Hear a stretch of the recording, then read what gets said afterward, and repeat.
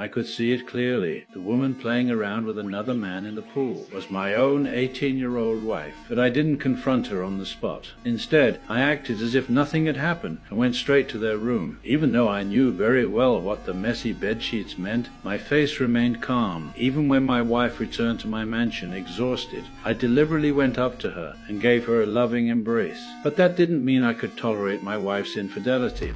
Does he? Mrs. Smith? I'm sorry. Don't be. Knowledge is pain. I'm used to that.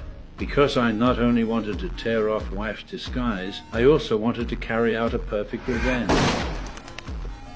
The gunshot startled the gardener working outside, and urgent knocking on the door followed. But I didn't panic at all. I deliberately fired 2 shots at the window, startling the gardener into fleeing. I then dragged my wife's body to the side, picked up the shell casings from the ground, and rearranged the scene. I removed the shirt that might have been stained with blood and burned it in the fireplace. Finally, I rinsed myself repeatedly with hot water to remove the lingering smell of gunpowder. I handled every detail methodically. The entire process was extremely calm, as if I was simply waiting for the police to arrive. Soon, the police who had received the report quickly surrounded the villa. Coincidentally, the sheriff in charge of the case, Nully, was my wife's secret lover. Though they had known each other for years, they had always used code names to avoid affecting their respective families, never revealing their real names or social connections to each other. Therefore, the sheriff did not know that the crime scene he was about to enter was actually his lover's residence, and this was the most critical part of my entire plan. Just you, please.